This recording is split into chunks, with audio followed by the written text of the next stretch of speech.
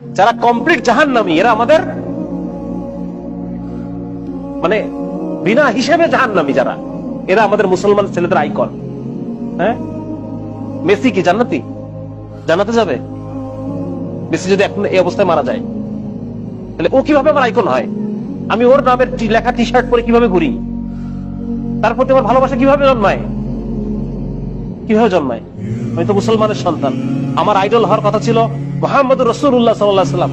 আমার আইডল হওয়ার কথা ছিল আবু বকর, ওমর, খালিদ ইবনে ওয়ালিদ, মুহাম্মদ বিন কাসিম, হ্যাঁ, মাহমুদ গজনবী, এরা আমাদের আইডল হওয়ার কথা ছিল। আজকে আমাদের আইডল কারা? যারা বিনা হিসেবে জাহান্নামী। আমি কি মুসলমানের সন্তান না? আমি পড়ি নাই কালেমা লা ইলাহা ইল্লাল্লাহ মুহাম্মাদুর রাসূলুল্লাহ?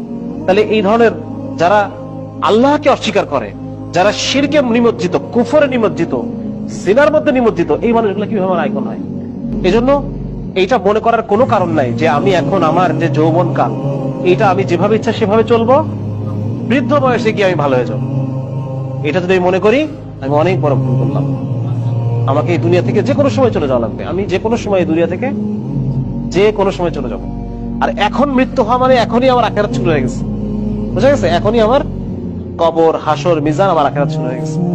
যার কারণে এটা, এই ভুল থেকে আমাদের উঠতে হবে এবং মুসলিম হিসেবে আমাকে নিজেকে চিনতে হবে যে আমি সবার আগে একজন কি, সবার আগে আমি একজন মুসলমান। আমি আল্লাহ তাআলার বান্দা। আর বান্দা মানে আমাকে আল্লাহ তাআলার প্রত্যেকটা হুকুম ফুলফিল করতে হবে, আল্লাহর আদেশগুলো আমার মানতে হবে।